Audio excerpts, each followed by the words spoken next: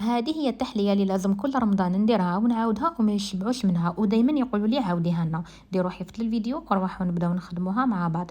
عندي لهنا كمية تاع الكاطو اللي كنت رحيته في الاسواق، نحطوه كطبقة اولى في لي فيغين تاعي. خيروا اي فيغين حبيتو نتوما، انا خيرت هذا الشكل هدايا. نسوي مليح الطبقة تاع الكاطو هذاك، ونروح نجيب حبيبة تاع البنان نقطعها دوائر كيما راهو موضح في الفيديو.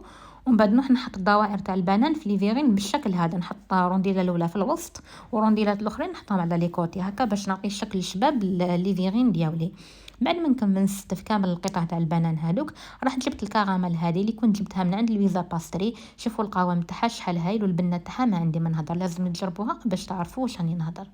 نحط طبقه مليحه تاع الكراميل في وسط البنانات هذوك، ونحط لي فيغين تاعي اكوتي. هنا عندي علبه تاع كريم فلاش خاصه بالحلويات، فيها 30% تاع ماتيير غراس. نطلعها مليح بالباتور، ومن بعد نضيف عليها ان بو تاع كراميل هدايا، ونضيف تاني ملعقه تاع كراميل تاع لويزا باستري، ونكمل نخلطهم كامل بالباتور حتى ينسجموا لي كامل هاد المكونات.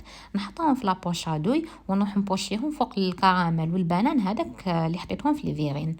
ومن بعد نسوي مليح الطبقه هذيك من فوق بالمغرفه اللي نسيها مليح. ومن بعد نروح نزينو. التزيين هنا يبقى اختياري، انا درت قطعه تاع البنان، درت تانيك توبينغ تاع كراميل اللي كنت جبته من عند لويزا باستري تانيك، وكاين اللي درت لهم كاطو مرحي وزينتهم بحبيبات تاع البنان. جربوهم وبصحتكم.